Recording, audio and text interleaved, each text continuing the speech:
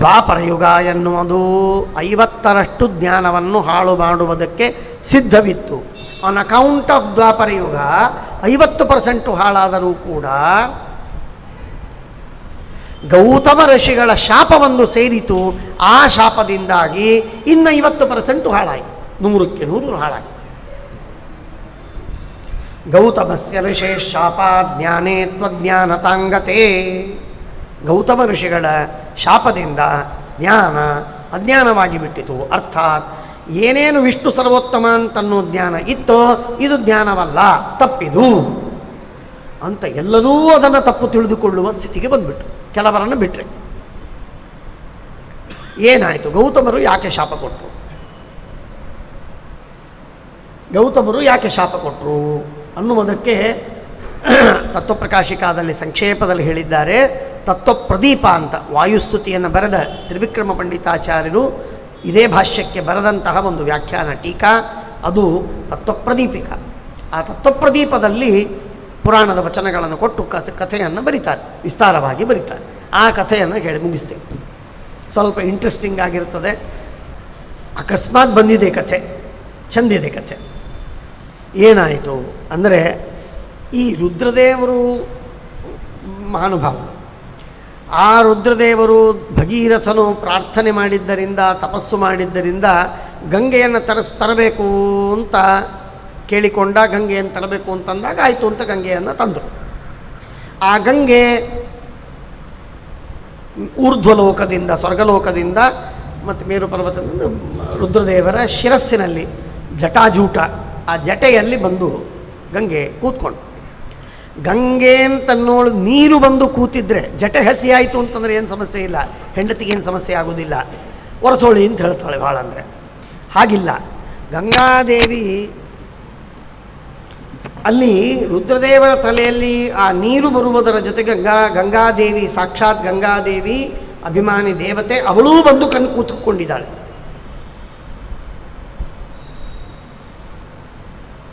ಹಾಗಾಗಿ ರುದ್ರದೇವರ ತಲೆಯ ಮೇಲೆ ಗಂಗಾದೇವಿ ಇದ್ದಾಳೆ, ಪಕ್ಕದಲ್ಲಿ ಪಾರ್ವತಿ ಇದ್ದಾಳೆ. ಪಾರ್ವತಿಗೆ ತಲೆ ಭಾಳ ಮನಸ್ಸಿಗೆ ಅಸಮಾಧಾನವಾಯಿತು. ಯಾವುದೋ ಹೆಣ್ಣನ್ನು ತಲೆ ಮೇಲೆ ಕೂಡಿಸ್ಕೊಂಡು ಕೂತಿದ್ದಾನೆ. ಇಲ್ಲೇ ಒಂದು ಸಂದರ್ಭದಲ್ಲಿ ಒಬ್ಬರು ಉಪನ್ಯಾಸವನ್ನು ಹೇಳಿದರು, ದೊಡ್ಡ ವಿದ್ವಾಂಸರು. ತಮಾಷೆ ಮಾಡ್ತಾ ಹೇಳಿದರು, ಗಂಡ ತಲೆ ಬೋಳಿಸ್ಕೊಂಡಿರ್ತಾನೆ, ಅವನ ತಲೆ ಮೇಲೆ ಹೆಣ್ಣು ನೊಣ ಬಂದು ಕೂತಂತಂದ್ರೆ ಹೆಂಡತಿಗೆ ಸಹನ ಆಗುವುದಿಲ್ಲಂತೆ.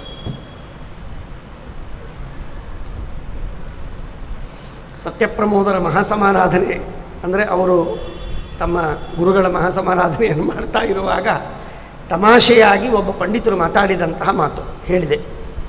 ಅಂದರೆ ಹೆಂಡತಿ ಪಾರ್ವತಿ ಅವಳು ಸಾಮಾನ್ಯ ಮಾನವರ ಸ್ವಭಾವ, ಮಾನವ ಸ್ತ್ರೀಯ ಸ್ವಭಾವವನ್ನು ತೋರಿಸ್ತಾ ತನ್ನ ಗಂಡನ ತಲೆಯ ಮೇಲೆ ಗಂಗಾದೇವಿ ಬಂದು ಕೂತದ್ದು, ಬೇರೆ ಯಾರೋ ಹೆಣ್ಣು ಮಗಳು ಬಂದು ಕೂತದ್ದು ಸಹನೆ ಆಗಲಿಲ್ಲ. ಅದಕ್ಕೆ ಏನು ಮಾಡಬೇಕು ಅಂತಂದರೆ, ಇದೆಲ್ಲ ಆಟ. ಪಾರ್ವತೀ ದೇವಿ ದೊಡ್ಡವರು, ಮಹಾನುಭಾವರು. ಅದಕ್ಕೆ ಅವರೇನು ಮಾಡಿದರು ಅಂತಂದರೆ, ಪಾರ್ವತೀ ದೇವಿ ಆಲೋಚನೆ ಮಾಡಿದ್ಲಿ ಏನು ಮಾಡಬೇಕಿದಕ್ಕೆ. ಆಗ ಪಾರ್ವತೀ ದೇವಿ ಗಣಪತಿಯನ್ನು ಕರೆದು, ಗಣೇಶ ಬಾರಪ್ಪ ಮಹಾರಾಯ, ನೀನು ಬುದ್ಧಿವಂತ, ಒಂದು ಸ್ವಲ್ಪ ಕೆಲಸ ಮಾಡು.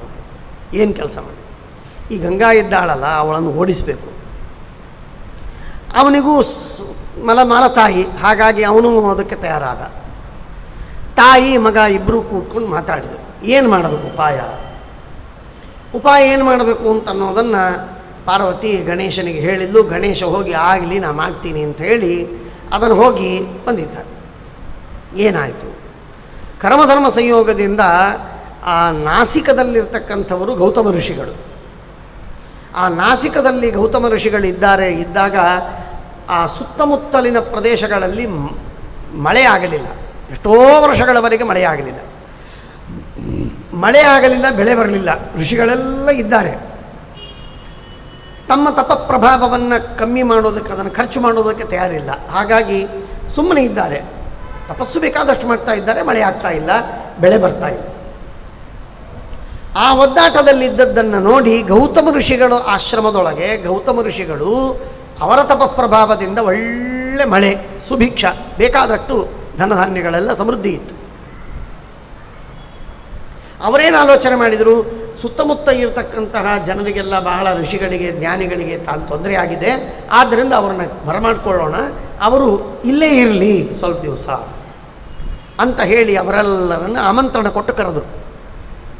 ಸುತ್ತಲಿನ ಋಷಿಗಳೆಲ್ಲ ಆಮಂತ್ರಣದಿಂದ ಬಂದು ಈ ಗೌತಮರ ಆಶ್ರಮದಲ್ಲೇ ವಾಸವಾಗಿದ್ದರು. 1 ವರ್ಷ ಅಲ್ಲೇ ಕಳೆದರು. ಆಮೇಲೆ ಹೋಗ್ತೇವೆ ಅಂತಂದರೆ ಹೋಗಬೇಡಿ, ಸರ್ವತಾ ಹೋಗಬೇಡಿ. ಇಷ್ಟೆಲ್ಲ ಬ್ರಾಹ್ಮಣರಿಗೆ ಅನ್ನದಾನ ಮಾಡಿಸುವ ಭಾಗ್ಯ ಸಿಗ್ತಾ ಇದೆ, ಅಷ್ಟೆಲ್ಲ ಜನ ಪಾಠ ಪ್ರವಚನ ಮಾಡ್ತಾರೆ, ಯಜ್ಞಯಾಗಗಳನ್ನು ಮಾಡ್ತಾ ಇದ್ದಾರೆ, ಮಹಾಪುಣ್ಯ, ಯಾಕೆ ಅವ್ರನ್ನ ಕೊಟ್ಟು ಕಳಿಸ್ಬೇಕು? ಸರ್ವತಾ ಕಳಿಸೋದು ಬೇಡ, ನೀವೆಲ್ಲೂ ಹೋಗಬಾರ್ದು, ಎಲ್ಲೂ ಹೋಗಬಾರ್ದು, ಇಲ್ಲೇ ಇರಬೇಕು ಅಂತ ಒತ್ತಾಯ ಮಾಡಿ. ಯಾವಾಗ ಗೌತಮರ ಹತ್ರ ಬಂದು ಕೇಳ್ತಾರೋ ಆ ಋಷಿಗಳು, ನಮಗೆ ಹೊರಗೆ ಹೋಗೋದಕ್ಕೆ ಕೊಡಿ ಅವಕಾಶ, ನಮ್ಮ ಆಶ್ರಮಕ್ಕೆ ಹೋಗ್ತೇವೆ, ಮಳೆಯಾಗಿದೆ, ಸುಭಿಕ್ಷವಾಗಿದೆ, ಧಾನ್ಯ ಸಿಕ್ಕಿದೆ, ಹೋಗ್ತೇವೆ ನಾವು ಅಂತಂದಾಗೊಮ್ಮೆ ಗೌತಮರು ಬೇಡ ಅಂತ. ಆ ಬ್ರಾಹ್ಮಣರು ಋಷಿಗಳು ಅವರು ಭಾಳ ತಲೆ ತಿರುಗೋಯ್ತವ್ರಿಗೆ, ಭಾಳ ಮನಸ್ಸಿಗೆ ಅಸಮಾಧಾನ ಆಯ್ತು. ಏನು ಮಾಡಬೇಕು ಇವರಿಗೆ? ದಾಕ್ಷಿಣ್ಯ.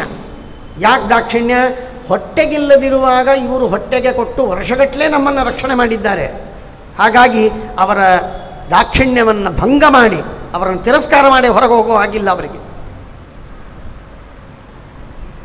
ಆದ್ದರಿಂದ ಹೊರಗೆ ಹೋಗಾಗೂ ಇಲ್ಲ, ಇರೋದಕ್ಕೂ ಮನಸ್ಸಿಲ್ಲ, ಈ ಅವಸ್ಥೆಯಲ್ಲಿ ಇದ್ದಾರೆ. ಈ ಸಿಚುವೇಶನ್ನನ್ನು ಕಂಡಂತಹ ಪಾರ್ವತೀ ದೇವಿ ಗಣೇಶನನ್ನು ಕರೆದು ಉಪಾಯವನ್ನು ಹೇಳಿದ್ಲು. ಆಗ ಗಣೇಶ ನೇರವಾಗಿ ನಾಸಿಕ ಪ್ರಾಂತಕ್ಕೆ ಬಂದು ಗೌತಮರ ಆಶ್ರಮದಲ್ಲಿರ್ತಕ್ಕಂಥ ದೊಡ್ಡ ಆಶ್ರಮದಲ್ಲಿರ್ತಕ್ಕ ಎಲ್ಲ ಋಷಿಗಳನ್ನು ಒಂದು ಕಡೆಗೆ ಕೂಡಿಸಿದರು. ಆ ಗಣೇಶ ಅವರಿಗೆಲ್ಲ ಒಂದು ಉಪಾಯವನ್ನು ಹೇಳಿದ. ಏನು ಉಪಾಯ? ತನ್ನ ಅಲ್ಟೀರಿಯರ್ ಮೋಟಿವಿಗಾಗಿ ಗಣೇಶ ಹೇಳಿದ ಉಪಾಯ ಇದು. ಅದೇನು ಹೇಗೆ ಅಂತ ಒಂದು ಮುಂದೆ ಗೊತ್ತಾಗುತ್ತೆ. ಏನು ಹೇಳಿದ ಅಂತಂದರೆ, ಗಣೇಶ ಹೇಳಿದ, ನೀವೊಂದು ಉಪಾಯ ಮಾಡಿರಿ, ಈ ಗೌತಮ ಋಷಿಗಳು ಭಾಳ ಒಳ್ಳೆಯವರು, ಅವರು ನಿಮಗೆ ಹೊಟ್ಟೆಗೆ ಹಾಕಿದ್ದಾರೆ, ಆದ್ದರಿಂದ ಬಿಟ್ಟು ಹೋಗ್ಲಿಕ್ಕೆ ನಿಮಗೆ ಸಾಧ್ಯವಾಗ್ತಾ ಇಲ್ಲ, ಅವರ ಆಜ್ಞೆಯನ್ನು ಉಲ್ಲಂಘನೆ ಮಾಡಿ ಇರಲಿಕ್ಕೂ ನಿಮ್ಮ ಮನಸ್ಸಿಲ್ಲ. ಅದಕ್ಕೊಂದು ಉಪಾಯ ಹೇಳುತ್ತೆ. ಏನು ಉಪಾಯ? ಗೌತಮರಿಗೆ ಒಂದು ಅಪವಾದವನ್ನು ಕೊಟ್ಟು ನೀವು ಇಲ್ಲಿಂದ ಹೋಗಿ. ಏನು ಅಪವಾದ? ಅವರು ಗೋಹತ್ಯೆ ಮಾಡಿದ್ದಾರೆ ಅಂತ ಅವರಿಗೆ ಅಪವಾದ ಕೊಟ್ಟು ಬಿಡಿ. ಅಂದರೆ ಅವರ ಮನೆಯಲ್ಲಿ ಊಟ ಮಾಡಲಿಕ್ಕೆ ಬರುವುದಿಲ್ಲ, ಅದನ್ನು ನಿಮಿತ್ತ ಮಾಡಿಕೊಂಡು ಹೊರಗೆ ಹೋಗ್ಬಿಡು. ಅದೇ ಅವರೇನು ಗೋಹತ್ಯೆ ಮಾಡ್ತಾರಾ? ಇಲ್ಲ, ನಾನೊಂದು ಉಪಾಯ ಹೇಳ್ತೀನಿ. ನೀವೇನು ಮಾಡಿರಿ, ನೀವೆಲ್ಲ ತಪಸ್ವಿಗಳು, ಒಳ್ಳೊಳ್ಳೆ ತಪಸ್ವಿಗಳು, ಸಿದ್ಧಪುರುಷರು, ನೀವೆಲ್ಲರೂ ಸೇರಿ ಒಂದು ನಿಮ್ಮ ತಪಸ್ಸಿನಿಂದ, ಯೋಗ ಸಾಮರ್ಥ್ಯದಿಂದ ಒಂದು ಆಕಳನ್ನು ನಿರ್ಮಾಣ ಮಾಡಿ. ಆ ಆಕಳು ಗೌತಮರು ನದಿಗೆ, ಗೋದಾವರಿ ನದಿ ಅರ್ಥಾತ್ ಒಂದು ನದಿ, ಆ ಸಾಮಾನ್ಯವಾದಂತಹ ನದಿಗೆ ಹೋಗುವ ಸಂದರ್ಭದೊಳಗೆ ದಾರಿಯಲ್ಲಿ ಆ ಆಕಳು ಆ ಗೌತಮರ ಋಷಿಗಳ ಹೊಲದಲ್ಲಿ ಪೈರುಗಳನ್ನು ತಿನ್ನುವ ಅವಸ್ಥೆಯಲ್ಲಿ ಇರಬೇಕು. ಗೌತಮರಿಗೆ ಕಾಣಿಸ್ಬೇಕು. ಪೈರು ಅಂದರೆ ಧಾನ್ಯ. ಆ ಧಾನ್ಯವನ್ನು ತಿನ್ನುವ ಅವಸ್ಥೆಯಲ್ಲಿ ಅವರು ಕಾಣಿಸ್ಬೇಕು. ಆಗ ಅವರು ಗೌತಮರು ನೋಡ್ತಾರೆ, ನೋಡಿ ಅಸಮಾಧಾನವಾಗಿ ಸಿಟ್ಟಿನಿಂದ ಒಂದು ಹುಲ್ಲು ತೆಗೆದುಕೊಂಡು ಹಾಕ್ತಾರೆ. ಹುಲ್ಲು ತೆಗೆದುಕೊಂಡು ಹಾಕಿದ ತಕ್ಷಣಕ್ಕೆ ಅದರೊಳಗಿದ್ದ ಪ್ರಾಣ ನಿಮ್ಮ ಕೈಯಲ್ಲಿರ್ತದೆ, ಯೋಗ ಸಾಮರ್ಥ್ಯದಿಂದ ಹುಟ್ಟಿದ್ದು, ಅದೇನು ಸತ್ಯವಾದ ಆಕಳಲ್ಲ, ಏನಲ್ಲ, ನೀವು ಜೀವ ಕೊಟ್ಟದ್ದದು. ನೀವೇ ಕೊಟ್ಟ ಜೀವವನ್ನು ಮಂತ್ರದಿಂದ ಆ ಜೀವವನ್ನು ತೆಗೆದುಬಿಡಿ. ಗಣಪತಿಯನ್ನು ಆವಾಹನ ಮಾಡಿರ್ತೀವಿ, ವಿಸರ್ಜನೆ ಮಾಡ್ತೀವಿಲ್ಲ, ಪುಣ್ಯಾವಚನ ಆದ್ಮೇಲೆ ಮಾಡೋದಿಲ್ಲ. ಹಾಗೆ ಆಕಳನ್ನು ಆವಾಹನ ಮಾಡಿರಿ, ಜೀವ ಬಂದಿದೆ, ಆ ಜೀವವನ್ನು ನೀವು ತೆಗೆದುಬಿಡಿ.